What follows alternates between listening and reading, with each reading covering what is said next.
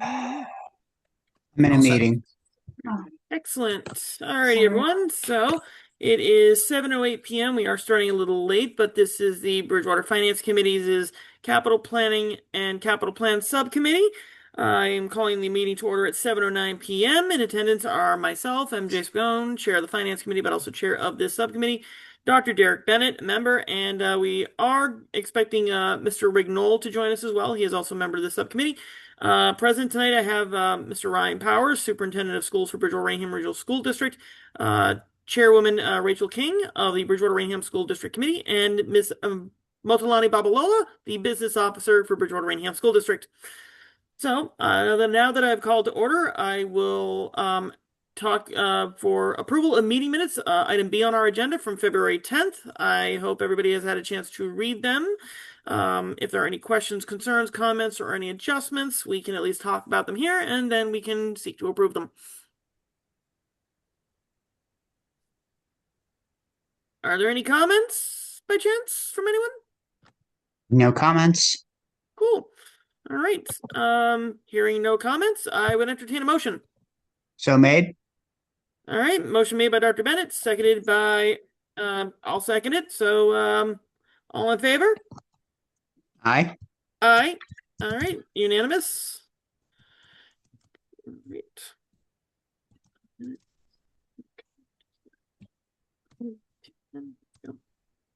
All right, now we will move on to the next section of our agenda, public comment. I ask that any members of the public in attendance please state your name and address for the record so that we can properly record it and have it reflected in the meeting minutes.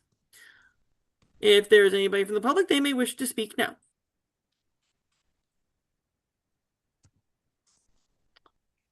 All right, going once, going twice.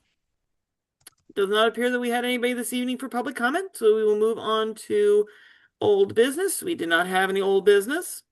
So now we will move on to new business. And the reason why we have our colleagues from the school district here is because we are now exploring how capital plans work in the school district side of things. We've already talked about the town of Bridgewater, how they do the capital plan process. So tonight is part 2 of 2, how capital plans work, featuring the Bridgewater Rainham Regional School District. So with that, I will open it up to the superintendent, the chair of the committee, and the business officer to share with us how how capital plans work, what is the genesis for your district capital plan, what usually goes into it, how long does it take to develop it, and various other items that may be related there too. So with that being said, Mr. Powers, you have the floor, sir. Absolutely. Thank you so much, MJ. I really appreciate it, Dr. Bennett. Nice to see you. Happy Aye. to expand upon our capital planning process. And certainly I know Mrs. King and Miss Babalola can shed some light on that too. Obviously we have a capital plan. We say it's a 5 to 10 year plan. We feel more confident with the items within that 5 year range. Certainly when we get out beyond those 5 years, we know that those are things that we anticipate occurring, as we get to the end of life on some of our operating systems, HVAC systems. Those are estimates, but we want to put them on there because obviously we don't want any surprises. But much like you probably heard from the town side, every now and then there are those surprises that we don't anticipate. And so even though we have items for each fiscal year that we plan to tackle and work on, there are things that sometimes come up that we didn't expect or anticipate that have to trump what is on the plan. And so, it could be an item is then bumped to a following year, or, just not done altogether. The two main parts of our plan, we break it down into what we call operations and maintenance, and then technology as well. And so working, closely with our director of facilities and our director of technology, we review our capital plan. We, on a yearly basis, ask them to look at the items that they have for the upcoming fiscal year. These items that still need to be addressed, can they be delayed? For example, if an operating system is still working, and 5 years ago we said we're going to replace a boiler at in this case, let's say Williams Intermediate School, But here we are 5 years later, and the boiler's working. We've done our preventative maintenance, and our HVAC technician, our plumber, can say, no, this boiler's working. You probably have another 3 years. Then we can defer that. If not, then sometimes we like to stay ahead because we don't want to wait until things break. But we're always looking at those bigger ticket items. We try to break it down into priorities. Obviously, what's a priority that needs to happen right away? We look at life safety systems, so our fire alarm systems, our security systems. Those to us, are high priority and need to be addressed. Obviously, we need to make sure we have our utilities up and running. So those are high priority for us. And then we start to look at secondary. What would be considered a medium priority, maybe given the condition, or even a low priority. So I'll use the example of, parking lot repairs. Depending on the condition of the parking lot, it may just be, routine maintenance, seal coating. We may not have to, have any significant potholes or any type of curbing that needs to be replaced. And that would be a medium to low priority, because although we want to be able to maintain our parking lots, because we know if we're doing that preventative maintenance, it just extends the life of those parking lots. But if we have to, push the seal coating for a year because something unanticipated came up, we could certainly do that. When we do get, looking into bigger projects over at the O'Donohue Middle School a few summers ago, when it was still Bridgewater Middle School, we did actually a complete rebuild of the large parking lot out front, where they came in and they took all the asphalt out and actually, re-leveled the base layer. They put new curbing in. So that was a bigger project for us at the time than say just, preventative maintenance. And again, that parking lot, unfortunately, we were experiencing a lot of potholes. We actually had some community members, fall on their way in and out of the building. And it was becoming time where we really needed to make some significant investments over in that parking lot. And so that would be another example. Obviously, internally, we look at, the buildings themselves. What type of major projects do we need to undertake? How are our, windows holding up? Our doors, again, kind of those exterior pieces, but then looking at internally, what about our HVAC heating systems? And not even so much talking about, say, like rooftop units and boilers, but even the unit vents that are in our classrooms and offices. Do they need to be replaced? What's the age? Can we be more efficient? We've actually started to try to transition over to those mini split heat pumps in some cases for HVAC, for heat and AC. Just because they're more efficient. There's obviously initial investment that we have to make, but what we're finding is that instead of having to replace some of the univents or even replace window units, by investing in these, it over time will return us some dividends. The other big thing, obviously, we look at is lighting. Interior and exterior. We've begun the process over the last few years of upgrading all of our exterior lighting to LED lighting. Our parking lots are that much brighter.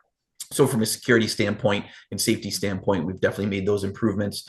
Internally, same thing. We've looked at a lot of our large gathering spaces, our cafeterias, our auditoriums, our gymnasiums, hallways, and really begun the process of replacing our LED lighting there, with the understanding that we'll eventually move into the classrooms.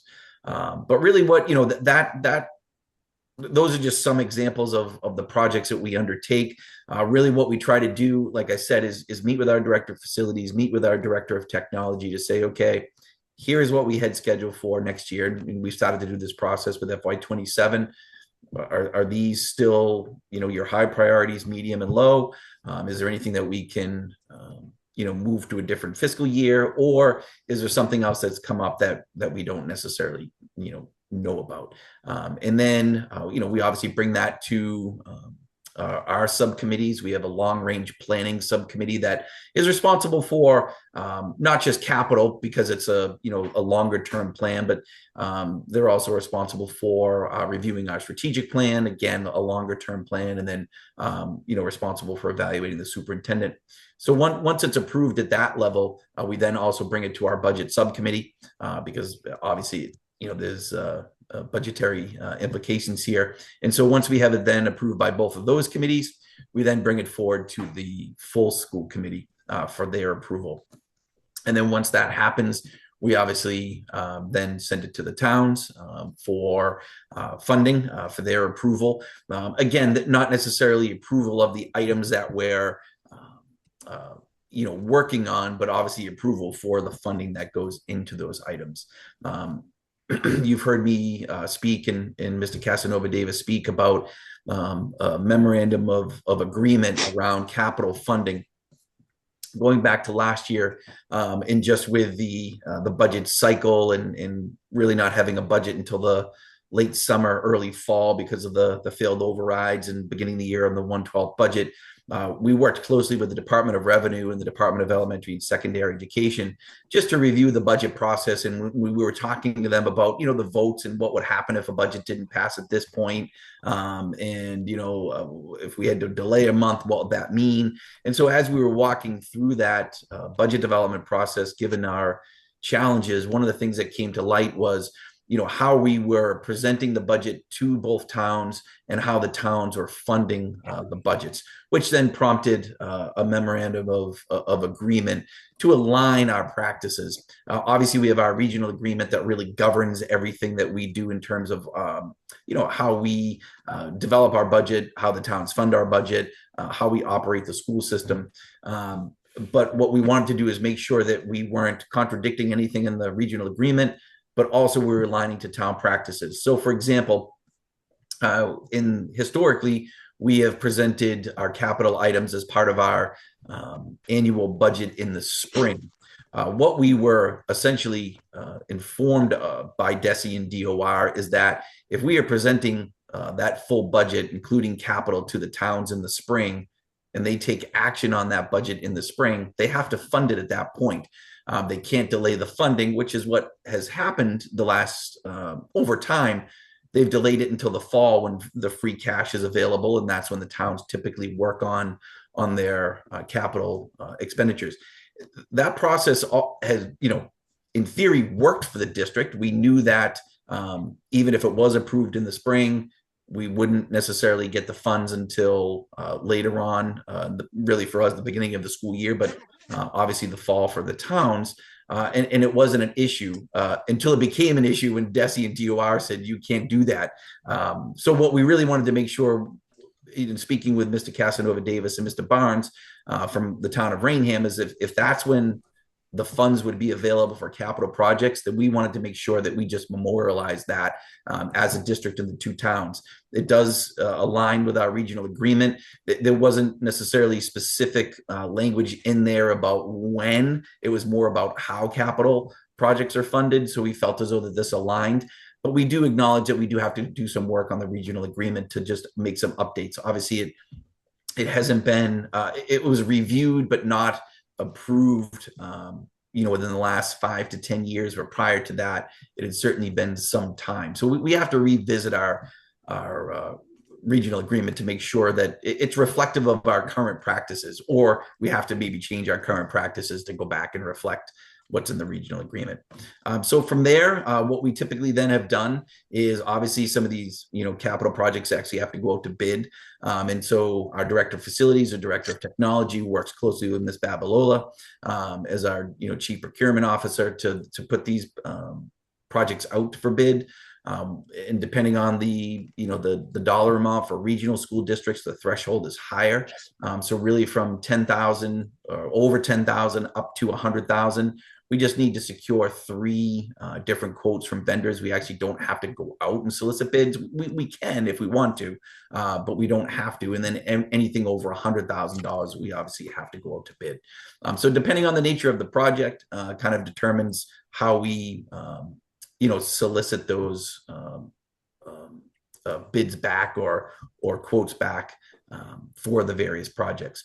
And then once those are awarded and secured, obviously our director of facilities, director of technology kind of serve as our internal project manager. They oversee the project with the vendor to make sure that it's meeting all the timelines in our RFPs and what we put out there.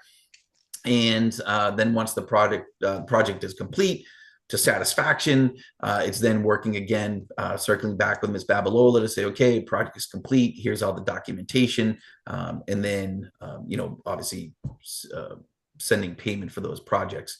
And then obviously, providing an update to the towns. That's something that we're going to do on a more regular basis going forward. We typically have done more of an annual review, if at all. But both towns have asked us, just through our conversations with Mr. Casanova Davis and Mr. Barnes, to be able to provide both towns a more regular update on capital projects, where we stand, and did a project come in over budget or higher than what was anticipated? Did a project come in under than what was anticipated? And I know it's the same struggle on the town side.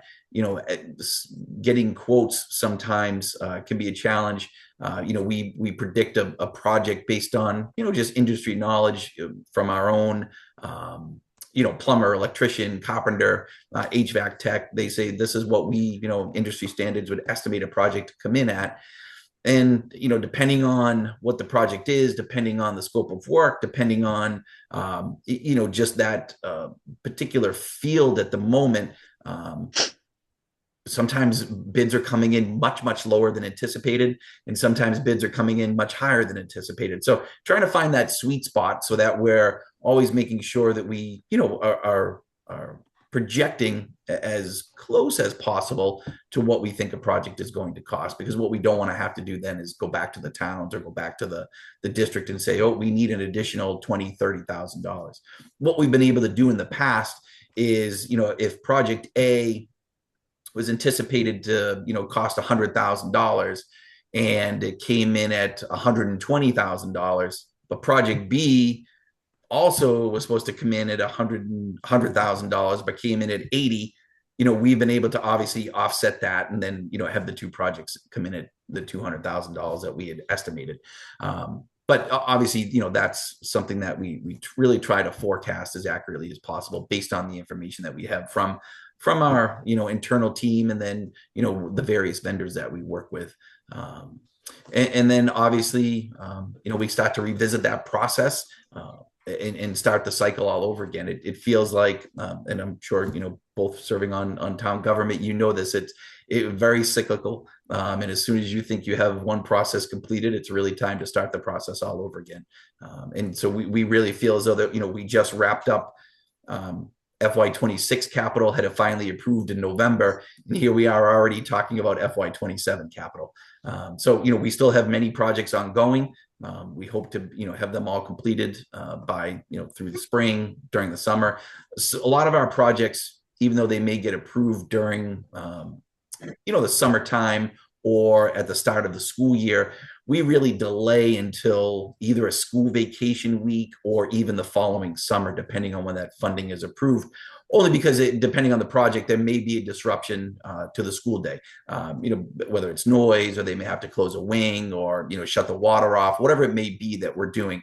So sometimes we do have to wait and postpone those projects until the following summer, until the buildings are empty and there's no students. And then we also look at school vacations, depending on the project. If it's a 2-day project, okay, we can get this done over a school vacation.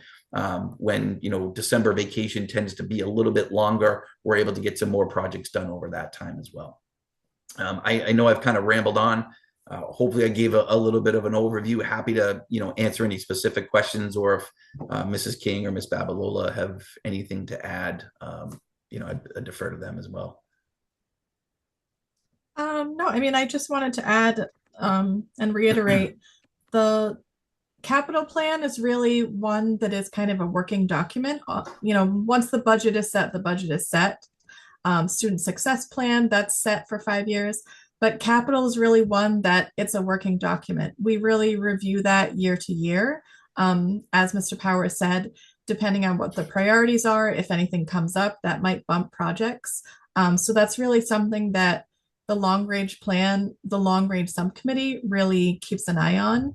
And that might change, within the year or year to year. And when those projects are done, they do come back to budget sub for an update, just a status on when those projects are done. So it kind of comes back to that to let us know when projects are done. But I think that was one of the big things that came out of the the memorandum of agreement, is for us to do that more with the towns, to give the towns more of quarterly updates and that final update to keep the towns updated on, where are certain projects in their completion, when are they at completion, so we can, do better at that to let the towns know when those projects are, completed or where they are in their cycle as well. Excellent. Ms. Babalola, did you have anything additional to add to No, that? nothing. I mean, Ryan kind of described the process that we go through in terms of capital, so everything it's perfectly expressed. Excellent. I do have a couple questions. So since the school district is funded by Bridgewater and Rainham, the process to fund capital is different. Because the towns do their own type of capital improvements with the use of bonds and long-term borrowing, does the school district have any type of mechanism like that in place as well from their side of things, or is it purely funded from both Bridgewater and Rainham? Currently is funded through Bridgewater and Rainham. We obviously do have the ability as a district to go out and borrow funds if we wanted to. I know the some of the we look at what we call more of the regional buildings, like say the high school and central office. If we had to do any type of major projects there, we could certainly go out and borrow for those projects as a school district. But typically, what has happened at least in my time, MJ, is that it's been funded by both towns. And you actually brought up a good point, and I don't know if this is going to be a follow-up question, so I'm happy to wait. But you brought up something that I didn't think to answer in kind of my opening statements, is that the towns are funding their individual projects, so that if a project is occurring at the Rainham Middle School, we're only requesting funds from the town of Rainham, even though it's a regional school district. And then same on the Bridgewater side. If something is happening at the Mitchell Elementary, it's a Bridgewater school, so we're only asking Bridgewater to fund that project. When we get into the high school, because it is regionalized, or central office, because we consider that to be a district-wide office space. That is when we actually assess both towns for those projects. So, for example, if we were to do some project at the high school, let's say a roof replacement or an HVAC upgrade, if we had to replace a rooftop unit, we would assess both towns because both towns are sending students to those buildings. And we obviously use the enrollment formula that we have for the operating budget that we use, and it's based on the foundation budget. So the state gives us that percentage. Here's how many students from Bridgewater, here's how many students from Rainham, and we use that ratio and apply it towards the district-wide expenses. And so if it's something for central office or for the high school, or something that's district-wide. So, for example, we have a plumber on staff. If for some reason we have to buy a new pickup truck for the plumber, he does go district-wide, and so we would then take that pickup truck and the cost of it and assess it to both towns using that enrollment ratio. But I should have mentioned that in the beginning. I apologize. That's okay. Dr. Bennett, did you have any questions by chance? Not at the moment. I was hoping that Mr. Knoll would be back. Not at the moment, but thank you. All right. I expected Mr. Knoll to be able to join us. I'm just going to check to see if he's managed to get back on just yet. I'm currently the host of the meeting, so I just want to make sure. Okay, he's not here yet, but I know that he probably would have had a few additional questions that he wanted to ask. It seems fairly straightforward. Actually, seems be a little bit more simpler than what our processes are on the municipal level. So I think that is something that is very helpful to know, because it means that the processes for the district are a bit more streamlined, and that's certainly a helpful piece of information. So when there could be a concern that folks may say, well, it takes too long to get something done, it's actually quite streamlined. So our timelines and timeframes are actually quite taut, and that's really a good thing. Yes. I did have an additional question, and looking at the 5 to 10 year plan, when you're reevaluating it, is it based upon the need or any type of immediate changes? Say, for instance, you find that you're the HVAC system at, say, the old middle school, now the O'Donohue building. If that had like a immediate failure, would that change its place on the capital plan itself? And that's exactly it. If it had an immediate failure and we said we have to get this up and running, depending on the system, most of our schools, so for example, a boiler, most of our schools have multiple boilers. And we're able to kind of redirect the sources so that if one of let's say we have 4 boilers at the O'Donohue Middle School and one boiler goes down, the other 3 are operational, and maybe 2 of the 3 are actually fairly new. That wouldn't necessarily be an immediate, we have to do this right now. We could say, okay, we're going to put this on the capital plan for the future, or maybe even for next year, or maybe 2 years, because we have fairly new the other boilers. We always try to have those kind of redundancies in place. But if it was a case of we only had 2 boilers, and one was already 10 to 15 years old and one went down, what we find, especially in the winter, we really need those backups to be able to have. So that would be something that would then, yes, become an immediate priority for us. And we would look to say, okay, well, this is unexpected. We need, X amount of dollars. What's something equivalent that we could then take off the capital plan for next fiscal year, if there is something possible.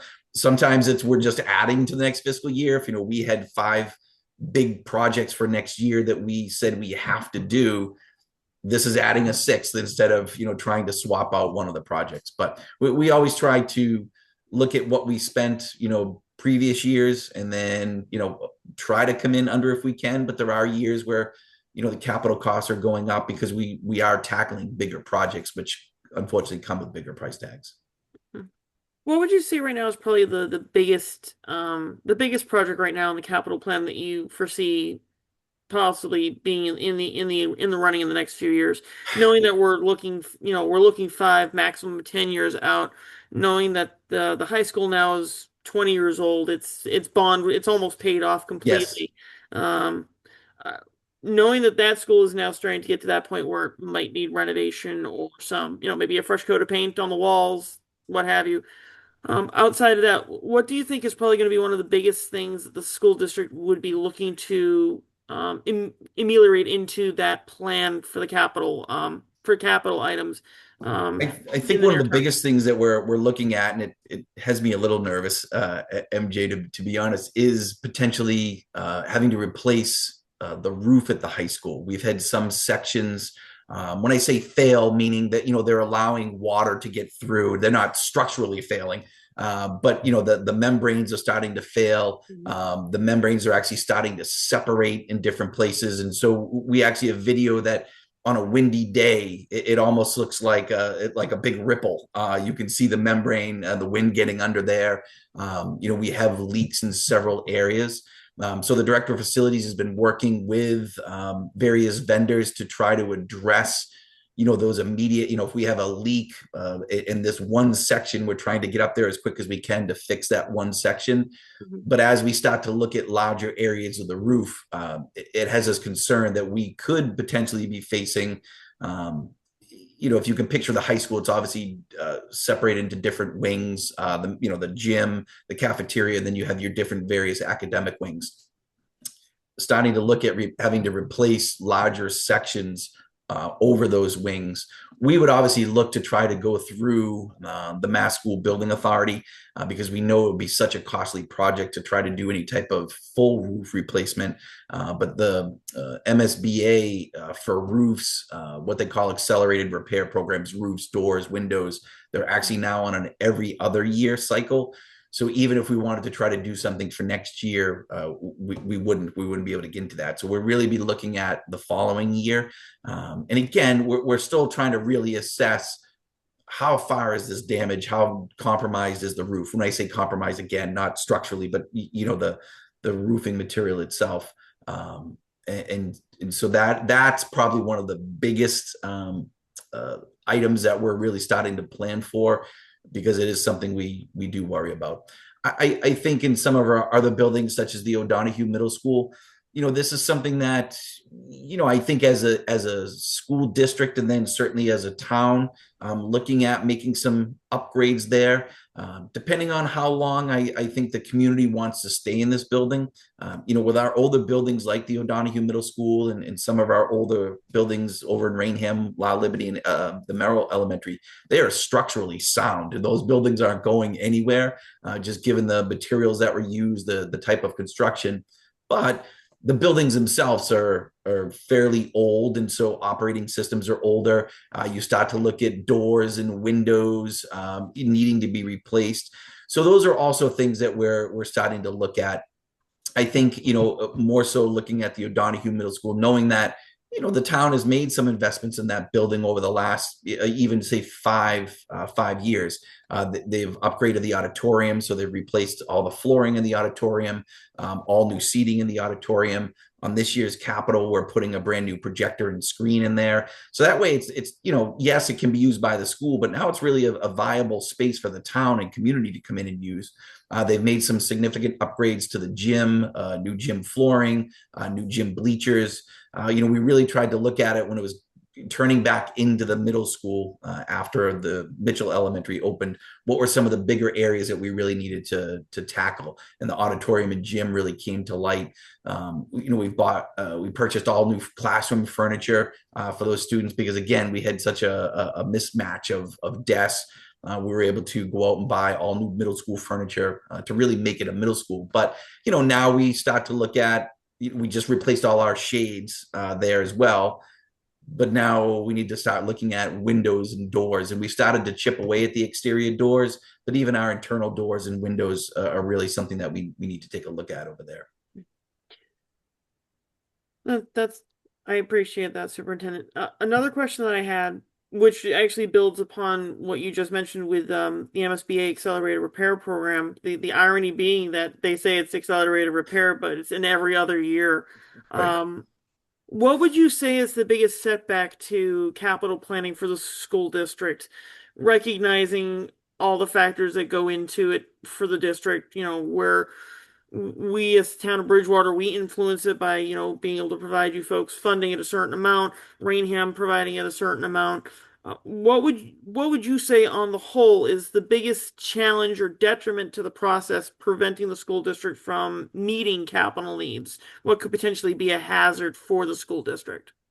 I think those larger projects, as some of our buildings are starting to age, just the cost of those projects, it certainly wouldn't be something that I would want to advocate to the towns and put it fully on the towns to fund, just because of the amount. So really looking at, having to join the MSBA project program, which is a great program. We obviously did it for the Mitchell Elementary and had great success, but the timing of that. And so I think, the timing of some of these projects, and then really looking at some of, like I said, our older buildings, how much of an investment do we want to make in them? And that's something that really has to be decided between the district and in the towns, not just us saying, hey, we need to do a school here. Because if it's something that the town of Bridgewater says, we love that building, let's make a significant investment in it, we can still go through the MSBA process. But, now we have more of it's going to be a renovation, maybe an addition in mind, versus, well, let's not keep upgrading these operating systems if we're going to be building a new building in 5 years. Up until this year, where we're down students, we really were busting at the seams over in Rainham at the La Liberty and Merrill. We were using every available space. So really starting to look at, do we need a new elementary school over there? Given the age of the buildings, given the location, there really wasn't an ideal spot to put an addition on. So really, we started to talk with the town, we really need to start considering a new building. And again, knowing how much time it takes to go through MSBA to build a new building, if that's what we decided to do. It's a conversation we wanted to start sooner rather than later. Obviously, we've had some relief because of the enrollment dropping this year. And if that trend continues, then we may not be as urgent in terms of getting a new building over there. But certainly, given the age of the buildings, again, kind of balancing that. Okay, do we continue to invest in this building, or do we get to a point where it just makes more sense to replace it, or a full renovation versus just upgrades? Yeah. All right. The other question I had was because technology is certainly a part of it, and it seems, at least from my observation in one of the budget meetings also, it seems like technology moves very quickly in education now, more so than it used to.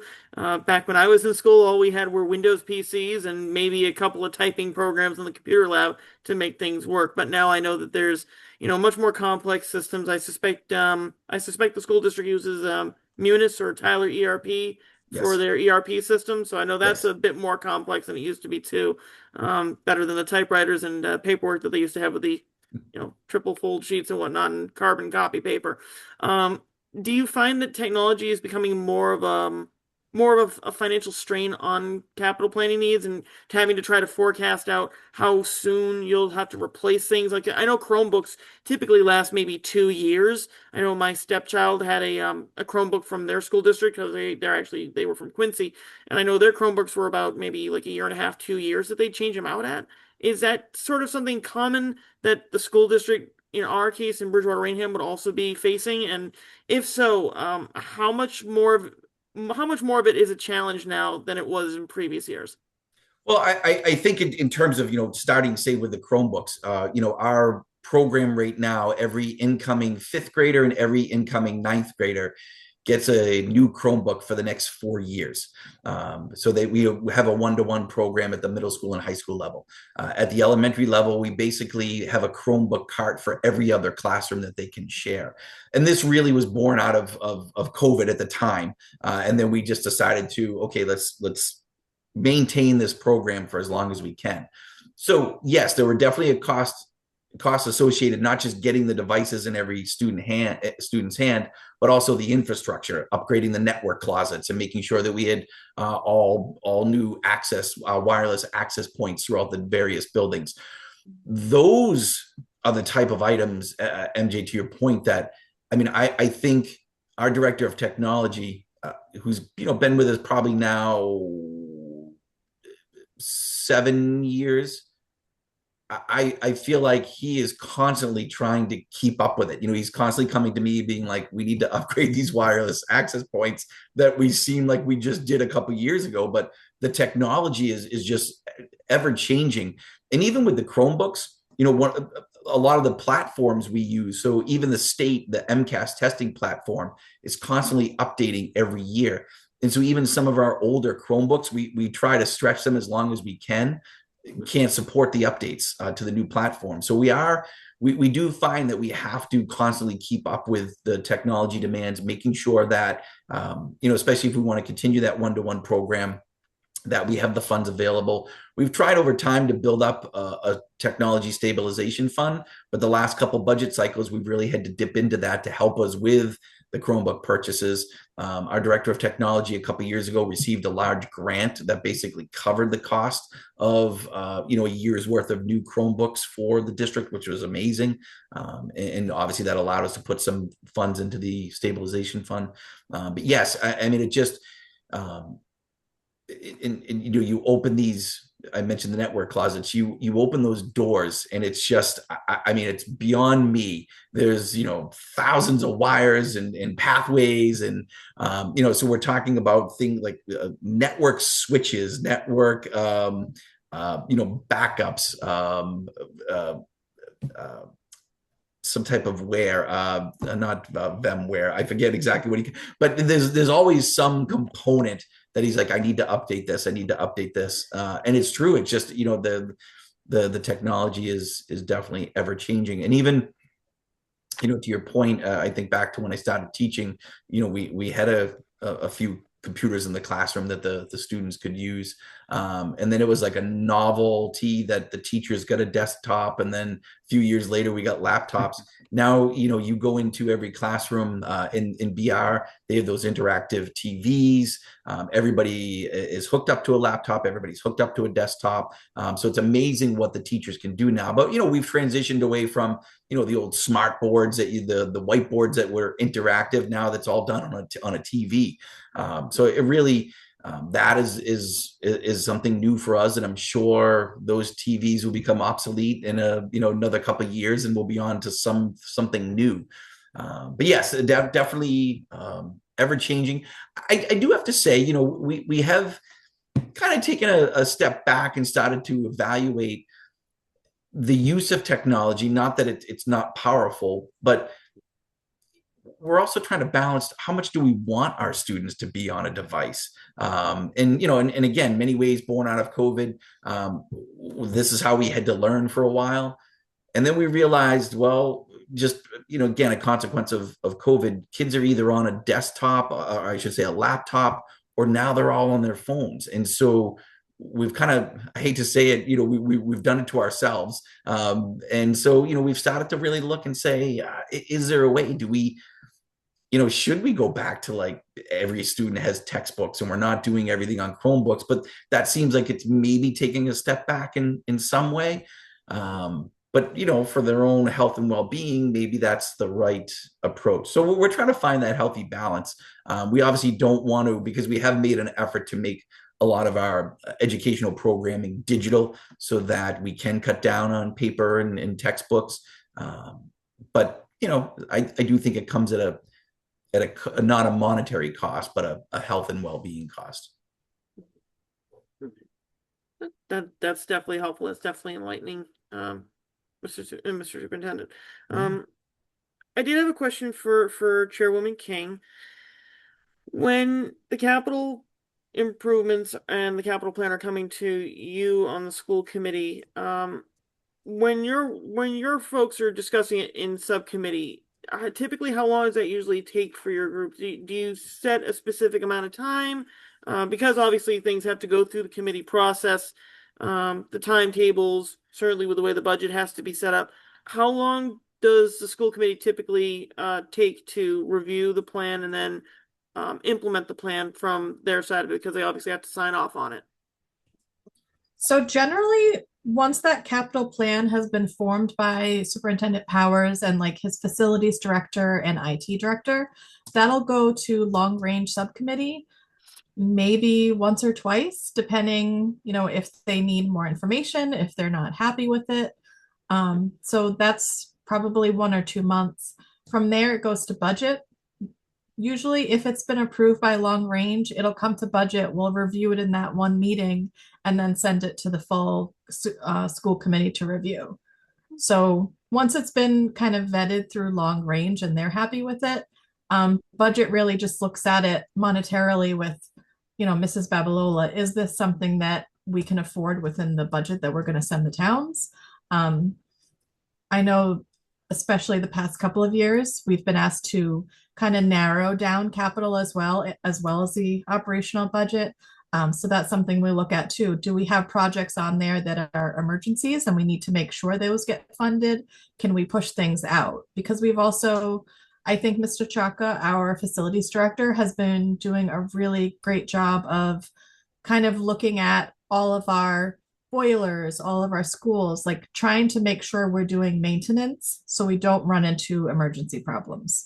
So making sure those projects are on there, that we're maintaining buildings and we're not running into that problem too. So once long range has kind of gone over that, it'll come to budget, make sure the budget looks okay, and then it'll come to full committee. And if those committees are recommending it, usually it'll go through school committee right away. They usually don't hold that up if it's been recommended.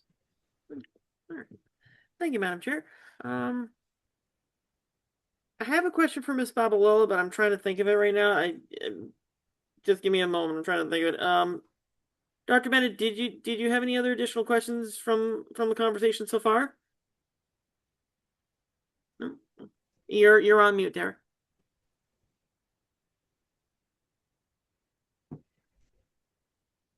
You're still on mute.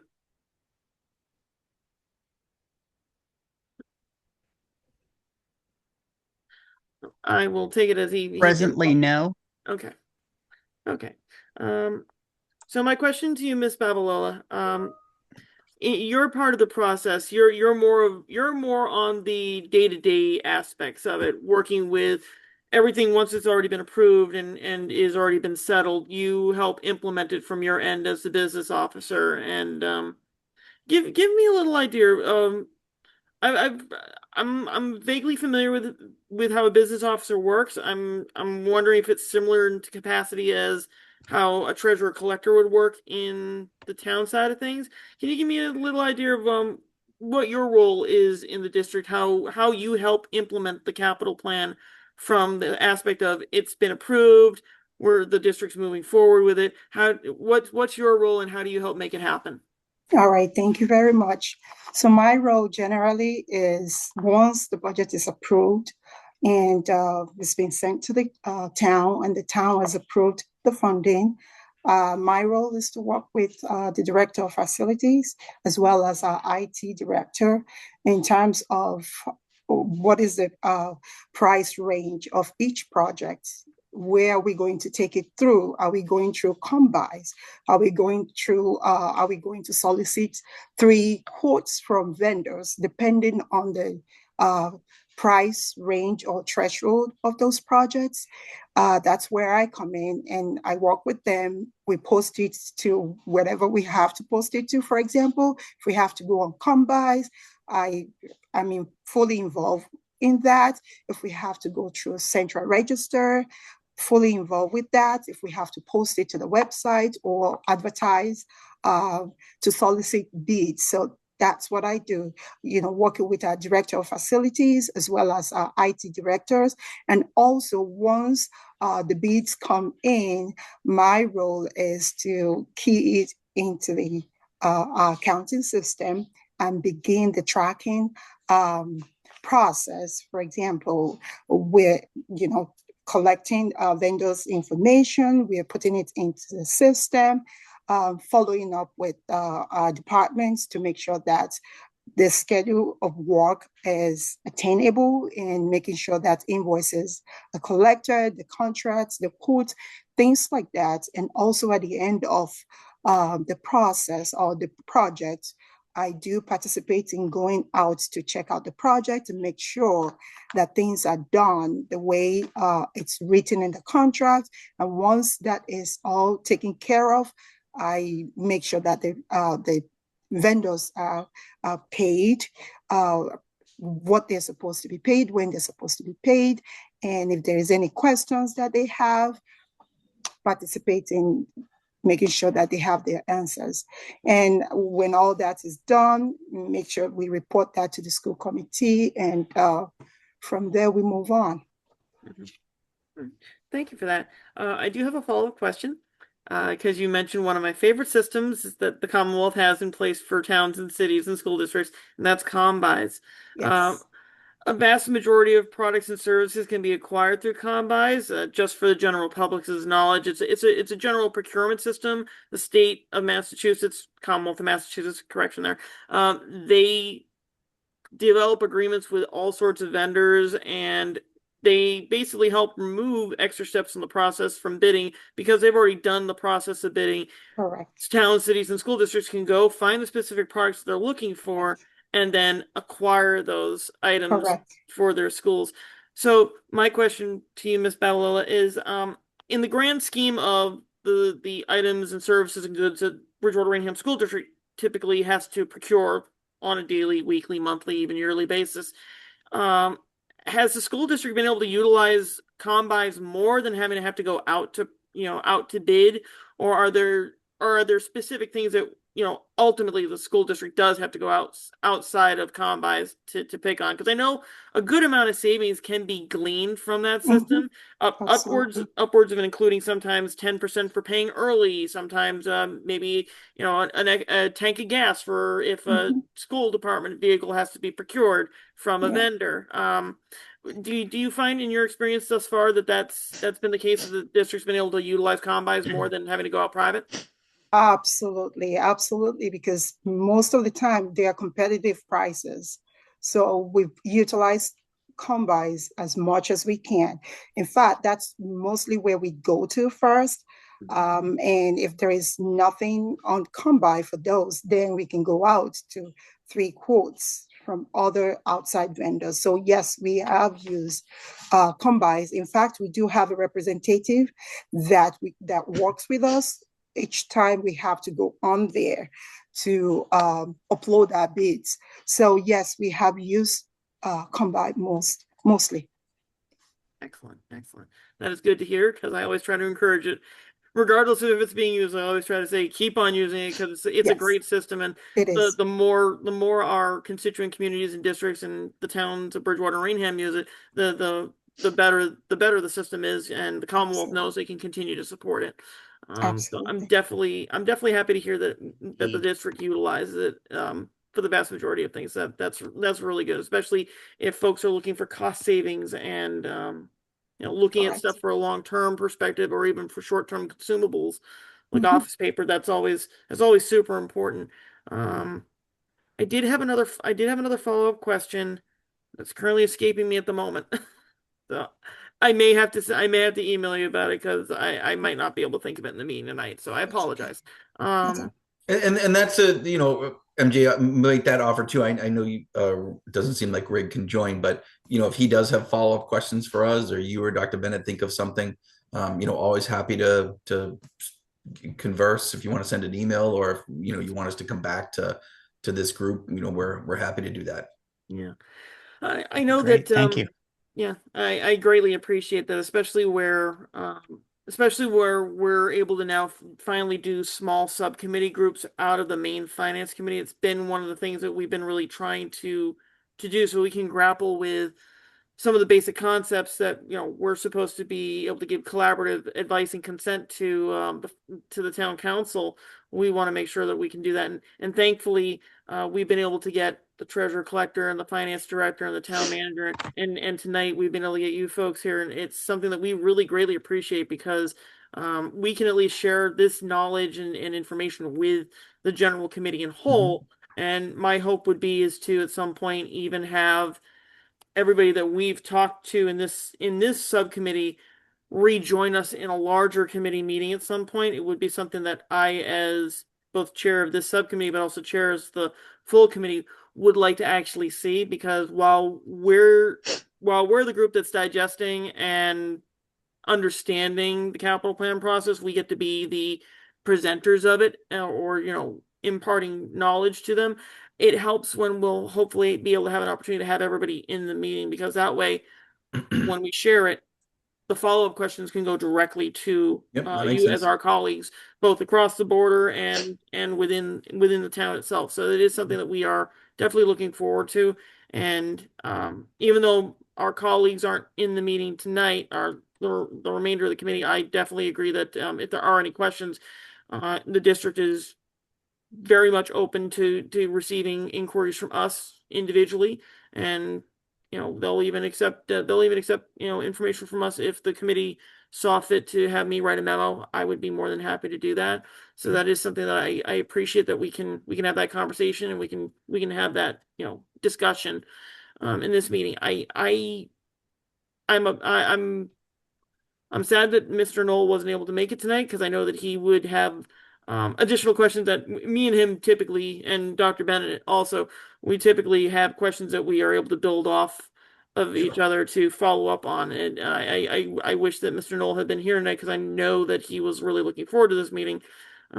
But hopefully we'll remind him that he can send questions to you and Chairwoman King and Ms. Babalola, and we'll go from there. I really do appreciate everybody coming out tonight, and it's been very educational, and I think it gives us a better idea now of how the processes work. And now for us as a subcommittee, we can have a conversation about how we put this all together and present it to the whole committee membership in full. So I thank you, everyone. I thank you. MJ, yeah. MJ, yes. I really want to say thank you for inviting us. I think especially having meetings like this is really helpful both ways, just for we have such different funding mechanisms and processes and procedures. So just for you to understand how our process works, and then vice versa, how yours does, I think this helps we create our own budgets and plans, but yet we're asking you to fund them. So I think this is really helpful for you to understand what our process is, like how you can fit into that, and then just to know each other. So yes, if you have questions, please send them over. Let us know if there's other things, that documents or questions or answers that you need. So, that it will only help us get our funding, and help you to understand where that is going and how that works. So thank you. I appreciate that, Definitely. Madam Chair. Thank you. Yeah. Definitely. Alrighty then. Thank you very much. Thank you all for coming. So I think now that we've been able to have as fulsome a conversation as I think we are able to do in this evening, I think now the subcommittee can move on to additional items for discussion. I do not have anything for tonight. Dr. Bennett, did you have anything? No, I do not. Alrighty. Since there aren't any additional items for discussion, I think we've reached the natural progression of the evening. So I think tonight we can conclude this evening. And as I mentioned before, if we have any questions, Superintendent Powers, Ms. Babalola, Chairwoman King, we will definitely be in contact. And it's our hope that we can actually invite you back to a future meeting or a future meeting of the full committee. Well, great. Certainly. Thank you. Thank you very much. I appreciate it. It was great to connect tonight. Yeah. So with Likewise. that, Thank you. so with Have a that good being said, I will entertain a motion to adjourn. So made. Motion made by Dr. Bennett at 8:05 p.m. and I second that. All in favor? Aye. Aye, and we are adjourned. Thank Have you. a great Have night. a good night. Have a You good too, night. folks. Thank you. Night, Bye-bye. You everyone. too. Thanks. Bye.